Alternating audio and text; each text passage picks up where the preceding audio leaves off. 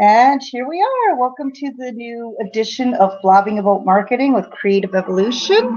And today, Allie is still trying to get on. He can hear us, but he can't speak to us right now. But Michael Crichton is here. He's ready to go. So, Michael, why don't you just take a quick, 30 seconds, minute, and let our viewers know who you are and what you do. All right. Well, I'm a writer, producer, director. I've worked in advertising and marketing communications for over 36 years. And recently, my book, A Brilliant Idea Every 60 Seconds, was published by Golden Media out of New York. And the focus is nature, creativity, methodology, and case studies. And so I'm not only a creative producer, if you will, of creative communications, but I'm also a strategist with a background in marketing and advertising. Okay, great. So just to let everybody else know, like Allie is going to introduce himself once he gets in here. He is a partner with a company called Rapid Boost Marketing. So we've got a few different perspectives here today about what we're going to be talking about. And what we're really going to be talking about is, well, a little bit about analytics and analytical tools and how we, the best systems or that we would recommend anyway from our different perspectives, but more so how we take the information from those analytic tools and actually use them and apply them to our businesses and in our planning to create effective marketing strategies. Because of course we all know everybody out there that is in business is a marketer to a certain extent. So of course you're all doing your planning. We all know how important planning is. So we thought that we would end up the year that way. So why don't we just get into talking a little bit. Now, I know you've just released a book, A Brilliant Idea Every 60 Seconds, Michael. You did a little bit of preliminary work with that book on the Google Analytics. So can you explain that a little bit? Yeah. Sure. I think that if anything I could set context, Allie would be more suited to being sort of giving a technical background on some of the ways we can access information on the internet. But ultimately, there he is. Oh. Hey, Allie. Sorry for being late. Oh, no. It's technology and it's beta and we expect these things. It's totally fine. I'm just going to let Michael finish up a little bit and then we'll get right into who you are and how you feel about analytics and what you prefer and all that stuff. Okay? Well, now that Allie's here, you can suffer a creative person's point of view around analytics. And when I was writing my book, I tested the methodology that I developed through communication with Google AdWords, for example, and I also have a website. So what I would do, of course, is access analytics to let me know things like how did people gain access to me, or what did they respond to, where they were, and interacted through things like email as part of the ensuing process. So one thing I realized over the course of the last, I'd say, over 11 years, I mean, ever since things like Facebook did their disruptive thing in the marketplace, is that we are in an arena that is no longer just about you create a product or a service and then you message out. It's now about building audience. That is part of the process. And to build an audience, we have access to information through things like analytics that give us a wide range. And of course, Allie can expand on the range of information that we can access through the various kind of analytic mechanisms that are out there besides Google.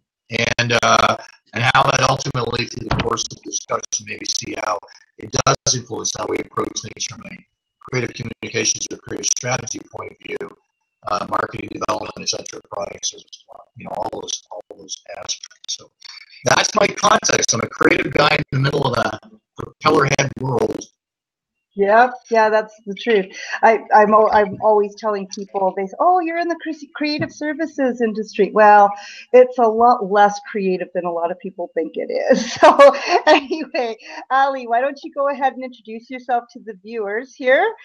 Just let us know. I don't know if you're part of a BNI group, but give us your little 1 minute sales pitch thing, and then yeah, let's get into the analytics. Like, what do you use? What do you prefer? What kind of information are you extracting that you're finding useful?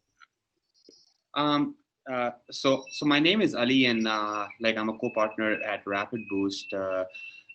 Personally, my role in Rapid Boost is being a strategist. So small to medium-sized businesses usually come to us that with the lead generation problems, and that's what it boils down to. And so, like when we talk about lead generation, it's all numbers driven. It's very data driven. It's all about analytics. It's all about that, and it's science. So it's all about numbers. So like how I say it is marketing. How I see it going forward is that because we have digital, we can track each and every behavior online, from heat maps to scroll maps, to things like where people are clicking. I mean, it's pretty awesome, right? Okay. Like another thing is that Michael asked about my background. I used to work for the Brick head offices in Edmonton in marketing department for them, and there was a little entrepreneurial bug there 3 years ago, and we started our like Rapid Boost marketing. So currently we work with over 80 clients in Alberta, and the bottom line is it all comes down to numbers. It all comes down to like a data. So when Shannon reached out and talked about that, hey, it's about numbers, it's awesome, right? Because marketing is about numbers, right? And this is what my passion is. So I would love to share some information, which we can actually go back and apply to record.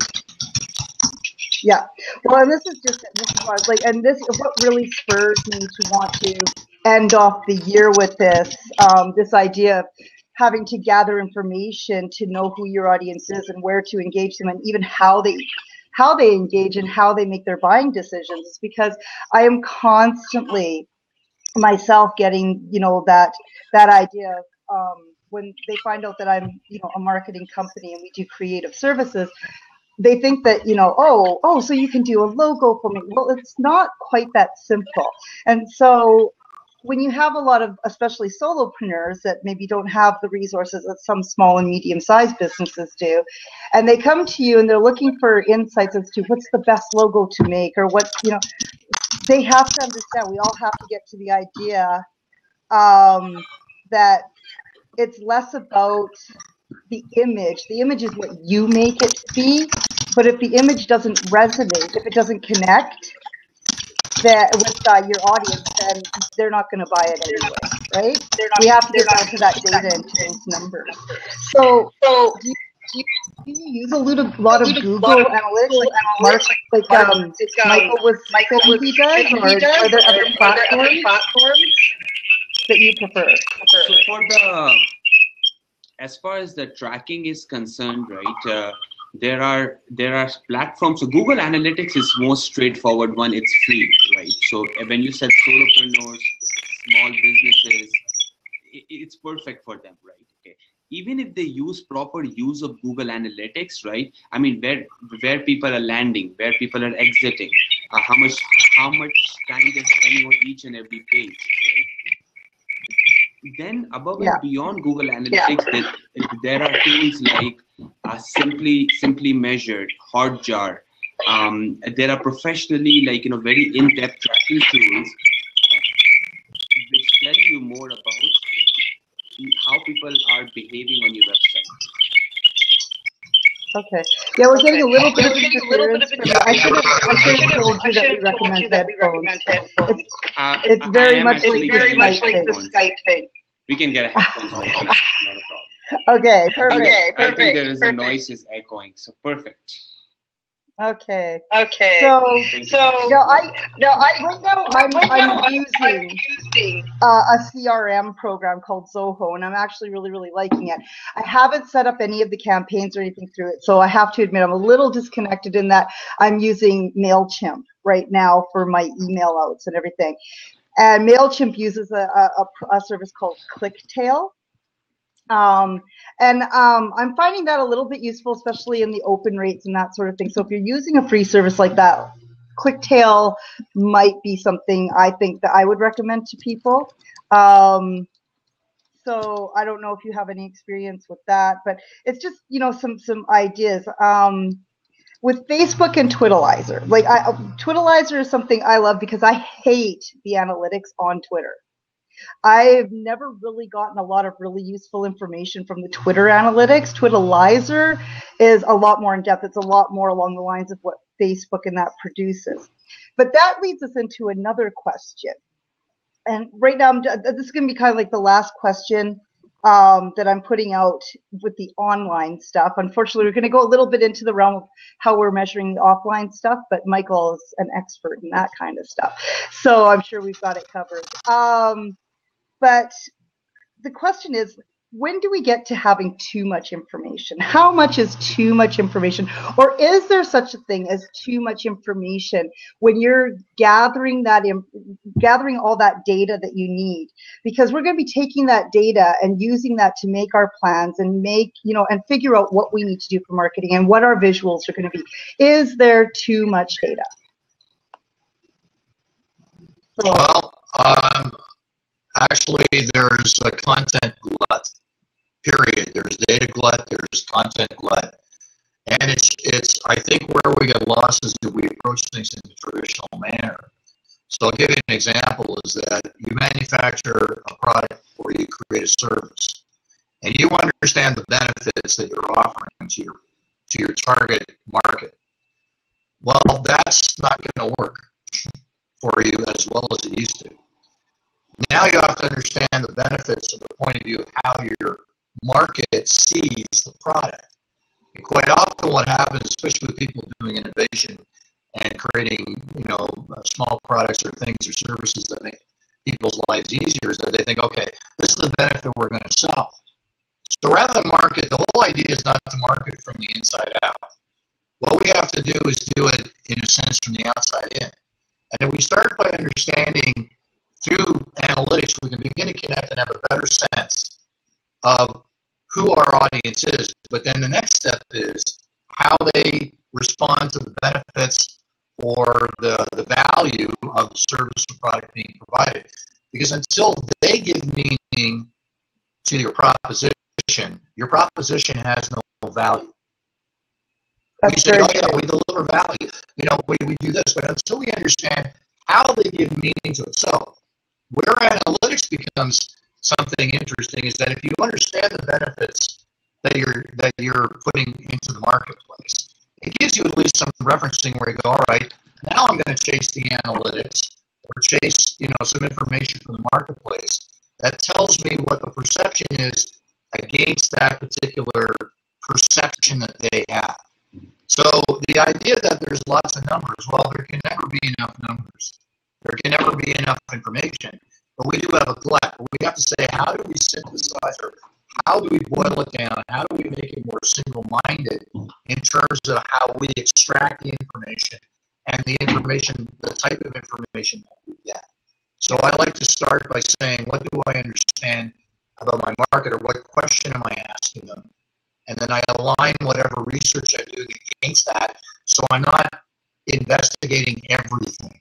And I can put aside the feedback, the numbers, whatever it is, the quantifiable and the qualitative, quantitative information. I can start to sit through and go and ignore what I don't need.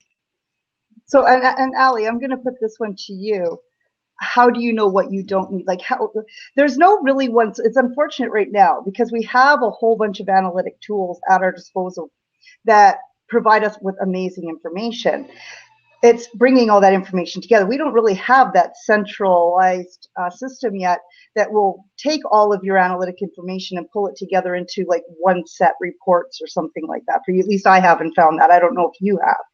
So on Facebook, you're doing, you know, your demographics, you're doing your age, your region, you're doing all this other kind of stuff through some of the other analytic tools that, you know, you can even analyze what colors people are responding to the most when you're putting things out, what pictures are getting the biggest response.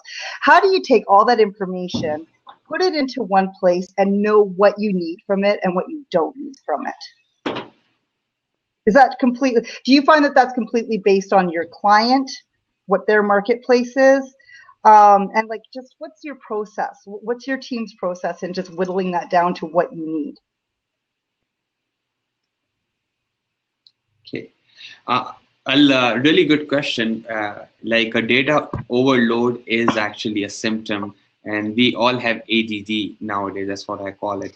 Yeah. The most critical thing is that we have to like regular business owners. A lot of them, we are not technicians. We are not good at understanding that data and interpret that into action steps, right? Okay. Mm-hmm. So that's where it get lost in translation. There's a lot of data. There's amazing data out there which can tell you each and everything on how you should be actually doing your online marketing, or at least like, you know, like any kind of online property, either be Facebook, either be Pinterest, either be Twitter. Where I see that usually the disconnect is like, you know, we have raw data and then we have action steps, right? So there's a disconnect right here that there are no action steps. So what Mike said, one very good thing, that if you identify a problem, so for example, on your website, that you are not getting enough traffic, if that's a problem, let's say, right? Then focus on that problem and figure out the acquisition channels. Maybe your problem is with the conversion, right? I mean, you have 7,000 Facebook fans, but they are not translating into paying clients, right? So that's a conversion issue. So first narrow down the problem and solve one problem at one time. You cannot have 5 open boxes and try to figure out all of them at one time, because that will just like, you know, this is why as an entrepreneurs, we get distracted. So when we get this amazing data, we make sure that we translate that data very precisely and write down those 2 or 3 action steps as, hey, next 14 days, what I will do is I'll add more call to actions on my website. In next 14 days or next 7 days, what I will do is like I will write 3 more blogs or whatever those action steps are. But till we see the data and we take the action steps, that's a disconnect. And if you are disciplined and you can really do that, right? I think that you can take really good action steps for your own website, for your own social media channels, because the beauty is before in 19 or early 2000, people used to take some risk and then they used to analyze that, okay, if that worked or not. Now we get the data in real time. So I know right now in last hour how many people visited our website and where they clicked exactly. So if data is telling me something, then I should translate that data into action steps. Okay. Yeah, actually, I'm a little similar to you, but I call it bright, shiny object syndrome. And I suffer from it extremely myself. So I know it's so easy to, and the other thing that I find that leads to a lot of things that I've had to counsel our clients through is what I call social media burnout. Because there's something new coming out all the time. I mean, the last 3 months, we've seen it's been a little bit more than 3 months, it's been 6 months. We've seen the advent of Periscope. We've seen the advent of Meerkat. Now we've got Blab. You know, you just get into the realms of Snapchat and all that other, there's something coming out, it seems almost daily. And when you have a younger demographic, it is so easy to go, oh my goodness, that's where they are. We need to do this. We have to, we got to get on there. And a lot of the people that come to us, it's because they're seriously suffering like online or social media burnout, because they've really felt like they have to be doing all of this stuff. And what that equates to is, yeah, you're there, and yes, you have a presence, but is it the presence you want? Is it a presence? You know, I'm kind of an app slut, or a slap, depending on how you want to look at it. And one of the things I decided for myself in terms of not filtering is that there's always going to be new apps and there's always going to be new things. I try to try everything once just to see what the context is, because you never know what little things you may pick up from all these, and then eventually you abandon them and you go wherever it is that you go or you trend to. So people say, well, I got to try the right thing. There's no such thing as the right thing. It's just the thing. It's an organic process that we're dealing with, certainly on the internet. Mm-hmm. But one point where we're talking about saying finding the actions that you need to follow, to determine your actions. One of the things I still try to do is be as single-minded about the strategy that helps me decide what actions I put on the table. So, for example, we tend to live in a world where marketing says you build your marketing plan, you build your business plan, and then you drill down to your tactics. Well, why not try this? All right, turn it upside down, and all you need to do is say, what's your tactic?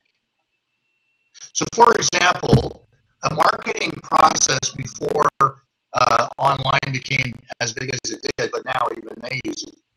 Domino's Pizza decided we need to identify one thing that makes us work. And they identified that people want pizza, food, right now.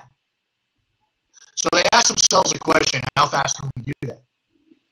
So they figured out, well, they got down to 30 minutes, and they said, could they do it? Now they had to find the dough that required to be able to cook it fast enough, put it in packaging, and know that it was going to be, the food will continue to cook while the thing was in transit. And even though they may not have overtly encouraged the guys to run red lights, they knew they were going to be paying fines, which they did. Eventually got their wrist slapped. But they figured out, so they came up with a tactic was, we're going to deliver pizza in 30 minutes. And then it leveraged into the value proposition, or it's free. Mm-hmm. Now, everybody out there who's listening could say, what is your tactic? And build from the tactic, which means you need to talk to your consumer. Mm-hmm. So we have one person online, for example, they work with a paint company. And now painting is like a science. You can go in and match just about anything in your home, and someone in that store or in that venue will be able to help you figure out exactly what you need. Yeah. And then there's textures and there's all kinds of product. The thing is, the paint industry, obviously anybody providing anything for home, has done a lot of research when it comes to people. But you ask yourself, what's your tactic? And then you're able to build everything back from that, so that you can create an action plan. Because if your analytics are telling you that people behave a certain way at a certain time, for example, well, if you have a product that is oriented to time, then you know what tactic you can play. You can now get to the action. But because I think a lot of people say, okay, I want to take action, but help me figure out, how do I take action based on what I just learned from analytics? Exactly. So I like what Allie said. Yeah. And I wanted to take it one step further, because I know people go, well, yeah, give me an idea. And I love what you're saying, because despite the fact that we're flipping it and doing that tactic first and then building our plan out from there, it still all comes down to our very first step is getting the information, so we know what tactic is going to connect with our audience and cause us to be able to convert to sales. Well, it can happen simultaneously. They might initiate from the person that's the producer or marketer. The tactic might emerge. But yeah, you're right. What you want to do is you can get information, and from that begin to do the analysis to say, what's the one thing? In other words, like if you could be Domino's and figure out that really all your people want is pizza right now. Yeah, exactly. And cheap pizza, because aren't they the ones that started the $5 lunch pizza things? Yeah, but then they have the add-ons. They're a smart industry. They get, they got the wings, you got the, Yeah. It's like whatever you do, what's your added value? Because once you get them on the one thing, you're in a great position as a marketer, service provider, product provider to go, all right, what do I now do as a line extension in marketing? That springs off what I got. Now, the best pet segue here is, you're talking value added all the time, which is awesome, because now we're going to take this analytic information and let's take it offline. So we've gathered analytic information. Now, what does that look like when you're not monitoring social media? How do you gather that information offline? Like, how do you know how your print materials are going to react, or how people are going to respond to your print materials, to your content, like how you're writing things? Because every audience has a different style of language that they connect with that's going to cause them. So how do we engage people to gather that information, know how that's going to work, and build that up? Because in order to have a nice, well-rounded marketing platform that's actually going to be effective, you can't just rely with online. You cannot just do social media. There are some companies I know that kind of get away with it because they do their work online.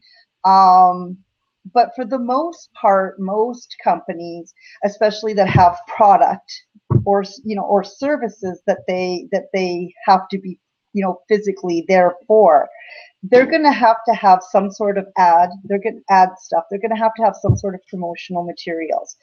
How do we test this? How do we gather that information and know outside of the online stuff? Because of course we can use some of the online information. We know that, but we need to know, if we go to a trade show, what's the best way to set up our trade show booth? How do we gather this information? So who wants to start that discussion? I would love to hear what you guys are. Actually, if you don't mind, Allie, I'm going to ask Michael to start that one, because Michael has worked in ad, like he's from Axe Productions and production world, and all that stuff. So he gets this stuff, right? I mean, like, we get it too, but I just don't have the same kind of experience as Michael does from this. So I hope you don't mind. I'm not. Your value. No, go ahead, Michael. I would love to experience. Yeah. I'm going to definitely find a way to pull you in and let you take over. When it comes to the offline experience in marketing, I mean, I have in my industry, I do a lot of things that get published. So I do videos, I do commercials, I do live shows, I do live events. So you have audience reaction, you have people you work with, and what's really interesting to me is that what I simply do is I never stop doing the research. I talk to people because I'm going to talk to a lot of people over time. But when you're in the situation where you're doing your service to specialists, like if you're a retailer, why don't you study your security tapes? Go home and watch your security tapes. Watch what actually happened in your store in the course of a day. You can analyze everything from traffic patterns to the product people approached and rejected, to what they ended up buying. Did they respond to the end dial display? So you can get a physical representation of what's going on in your store. And I'd love to know if there's a retailer out there that, if they're engaged in this conversation, have you ever watched your security tape? Like, what are you doing in the moment that you're in? So for me, I do that when I'm producing a documentary or a commercial or videos or web videos. I talk to people immediately to see what they might be thinking, what's going on, and so on. So offline, even though people will say, yeah, but that's statistically invalid because you're talking to a handful of people. Look, I got kids. I have 4 of them from the age of 16 to 27. They're the best focus group I ever had. Because I start to get insights. And so what happens is, if I'm paying attention to the organic connection I make with people in my life every day, now I immediately can go online and say, what idea? one tactic and go, does that play out? So the offline experience, although small in terms of the scope of the information it gives you, aside from paying for focus groups, that you're going to do that. But the thing is, it's a springboard to being able to now extrapolate from there and connect your analytics and the information you have to what is really going on in your store or in your business. Put it this way, if you want to know who you are, look at your client list, look at your customer list, because all of your marketing delivered that to you. So if you want to know who you are, that's where you start. I have retailers that'll say, oh, I want new customers. I go, from where? Are these customers, if you're in a saturated market, a new customer has to come from somebody else's existing customer. So you have to grab share. Or are you in an environment where it's an underdeveloped market and there are people who don't know? So you can attract new customers from people who are not even using that type of product in your market or service.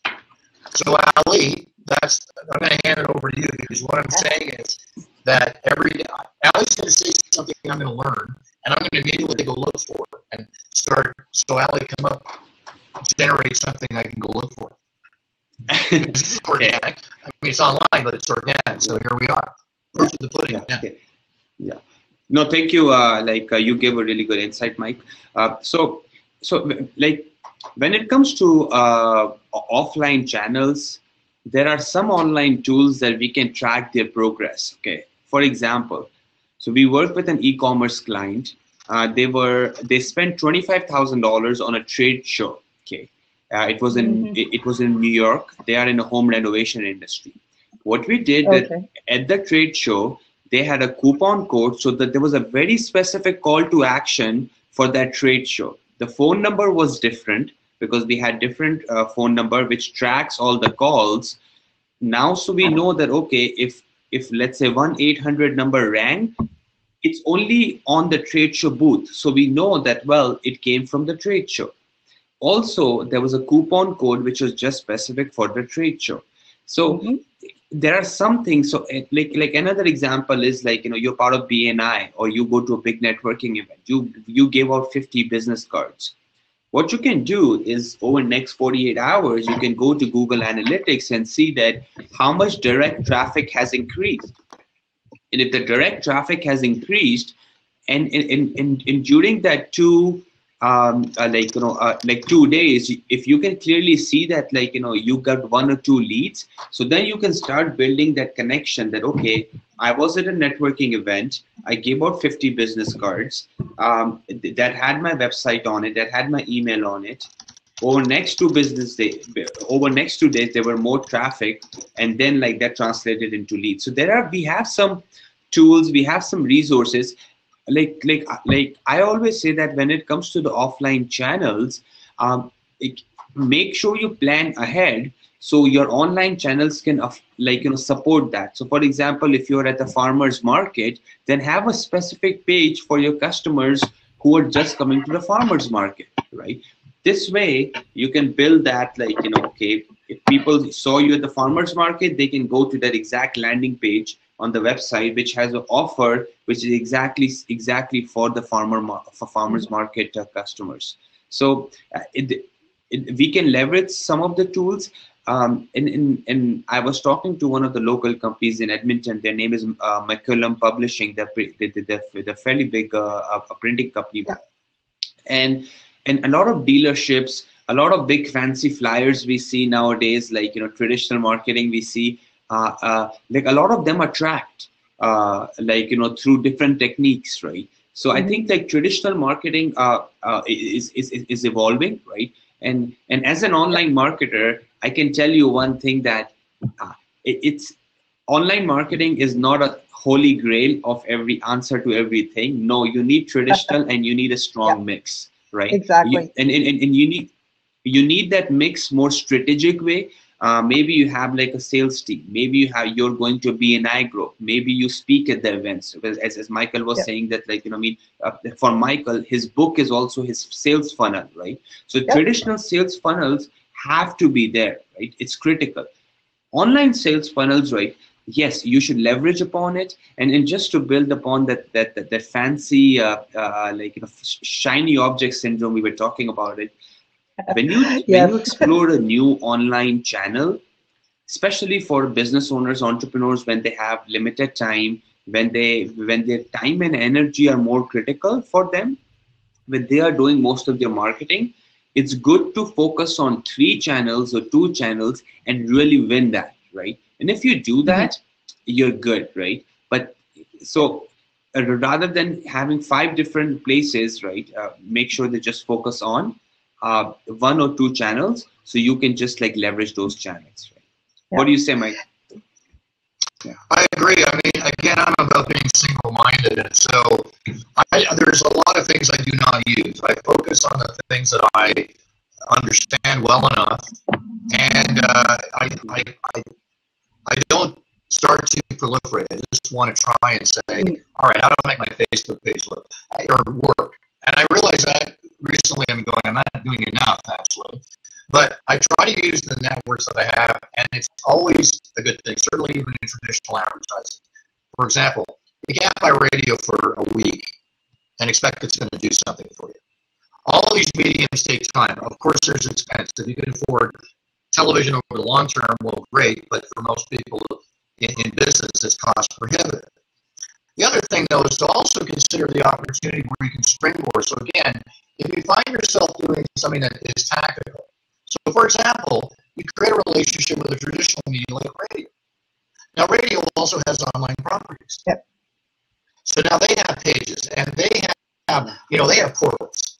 So now you say, okay, I'm going to focus on that, and then I'm going to make sure, or I hire someone like Shannon, and say, can you make sure that what I'm doing in my portals is connected to their portals and so on, so that now I'm leveraging the use of other online properties that happen to exist in concert with a traditional property. So that you build a bit of a pyramid, and there's some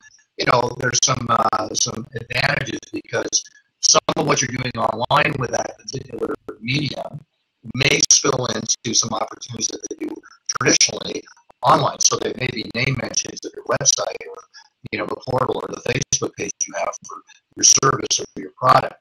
So this is one thing in the work that I'm doing with broadcasters. I'm saying you guys have a great opportunity. Actually, you as broadcasters have a better opportunity to market to the advertising community if you guys really understand how your online property and your traditional property become a real value opportunity for advertisers in your market. Because they are online, so find ways to link them, or connect them, or leverage their online promotion to what you have, and so on. So I like the fact that you, Allie, that you did mention traditional, because there are a lot of people saying, well, the world's so fragmented and broadcast is dying. You know what? It's changing. Broadcast is not dying. It's just changing. Here's the thing. I used to be an advocate. I used to say broadcast is dying. And then I did a 180 because I realized something. Broadcast is the only advertising communication medium that exists that has a license that's governed. It is the only communication on the planet that has governance. The web does not have governance.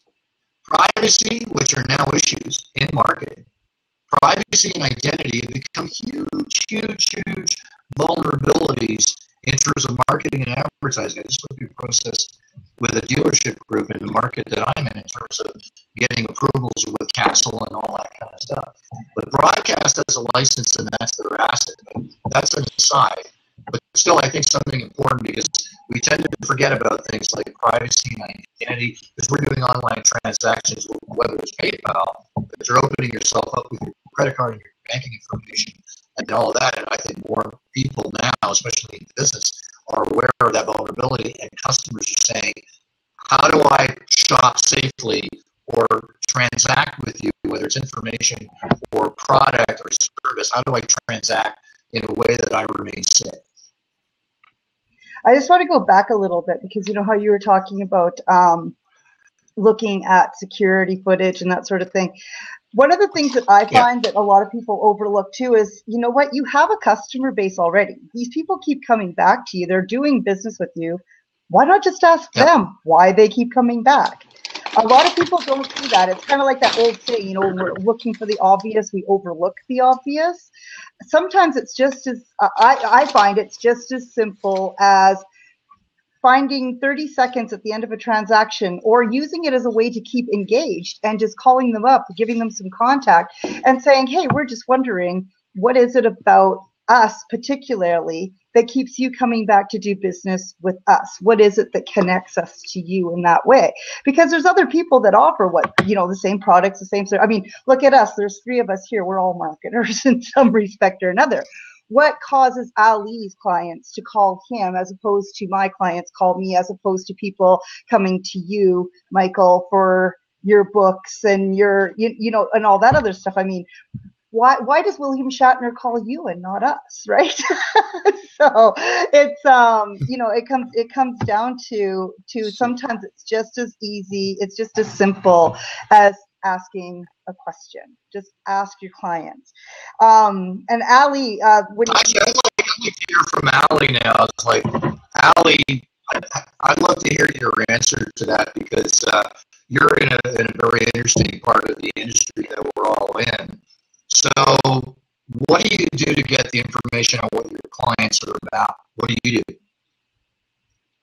Can you just go again? Like, you know, like you were cutting out a little bit, Michael. Oh, sorry. What do you do to get to learn from the clients that you have? How do you interact with them? How do you get information? Do you, to what level? So how do you engage with your clients? Like, how do you get the information from them to discern why they're your clients? Like, how do you information gather from that? Okay, yeah, perfect. Yeah, okay. So that's like, you know, we paid a lot of attention around the conversion science, right? That, well, what make people stay and what may make people trust you, like overcome that trust barrier and actually, like, you know, give you their business. And once they've given you their business, like, you know, why they stay with you, right? There are 3 or 4, like, you know, points which we narrowed down in our company. Like the first thing was that, like, you know, are you addressing the why, that why they are doing business with you in the first place, right? Like, you know, okay, so you really have to identify those 2 or 3 things about your own brand, that, like, you know, what you are really good at, right? Okay, and that's the reason they're doing business with you, right? That's why they trust you, right? I mean, Michael, like Michael is so good at 1 or 2 things that his loyal clients keep coming at him because they trust him. They know that Michael is the best person for that particular problem they're having. So answer that why. The second thing is, like, you know, like, try to understand what a customer's pain points are. Like Sharon said, that we are all 3 are marketers, and pretty predominantly, like, our customer pain points are what? Like, you know, they need more business, they need to grow, they need to drive their top line, they need to have a better bottom line. So if we really narrow it down, there are 2 or 3 pain points, and we know that we are all 3 of us, or every marketing person is very unique out there. They are good at very particular things. We are not good at everything we do, right? Okay. So, like, if we find that what we are good at, if we understand what our customer pain points are, right, and keep doing that well, right, and keep innovating in that. So, for example, that for us, a search engine optimization or SEO, it's like, you know, used car salesperson term in the industry, but that's what we exactly leveraged upon, because we knew that there are not really good consultants out there when it comes to SEO, and we have a really good leverage that where there are 100 bad apples out there, it's easy to be a good apple which can stand out. So that became our, like, you know, why, that, well, if you want to deal with us, that, like, we are so good at something, right? And then when we understood the pain point really well, that, okay, we do lead generation, this is your pain point, we get it, right? So in any business we work with, for example, I give an example of a law firm.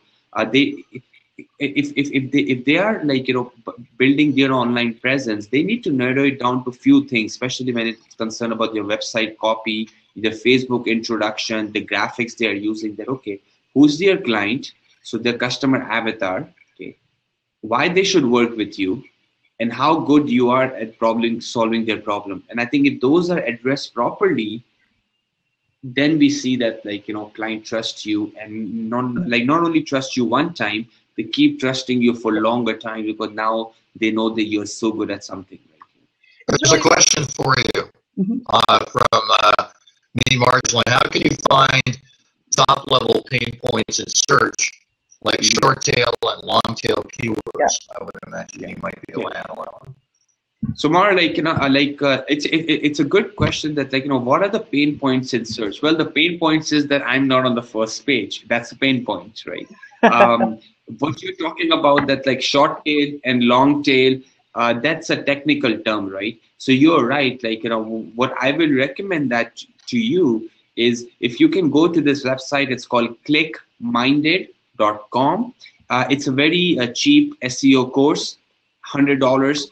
Do it. If you're a small business owner, you will learn a lot from it. It's very structured. They give you access to the content for long term. So try that out so you can get more grasp. I didn't want you to go into technical details of short tail and long tail, because then we'll be having another discussion here. But the idea is that if you go to ClickMinded, I think you will find for $100 you can literally learn core basics of SEO yourself. Yeah. There's ClickMinded. Another one I would recommend too, just to get some general overview information, to know about marketing and how to use it.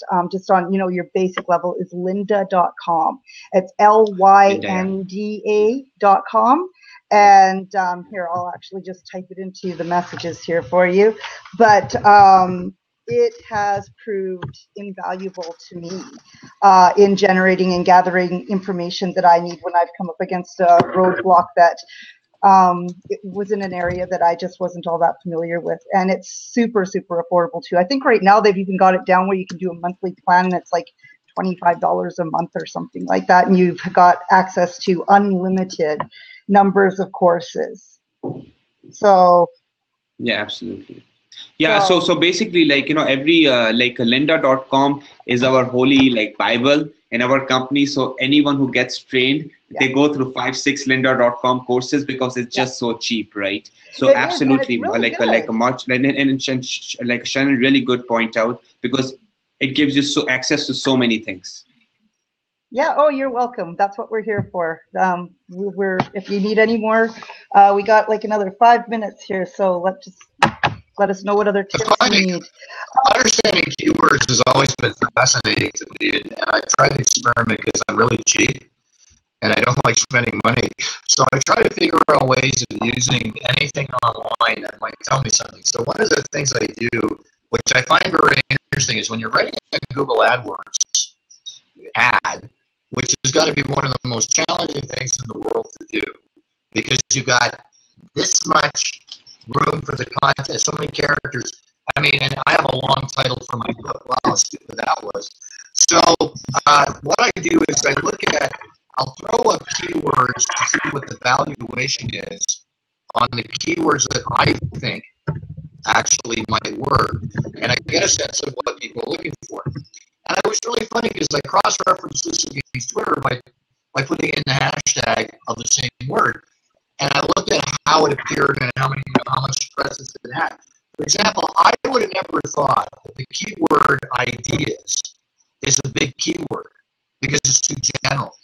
No. And what I find out is that ultimately ideas, the word itself, is a huge, huge, strong keyword that I now start to use in conjunction with, business ideas. So I don't use concepts. It took me a while to figure out, is it concepts? Is it, is it ad campaigns? It's like all these things I look for, and I've gone through several drills.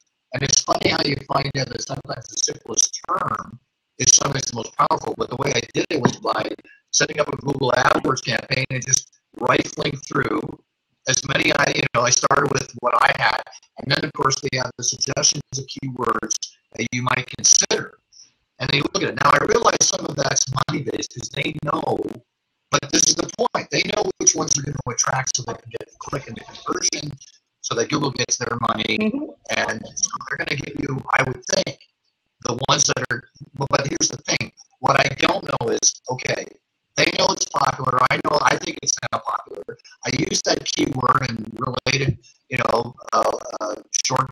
keywords and keyword phrases.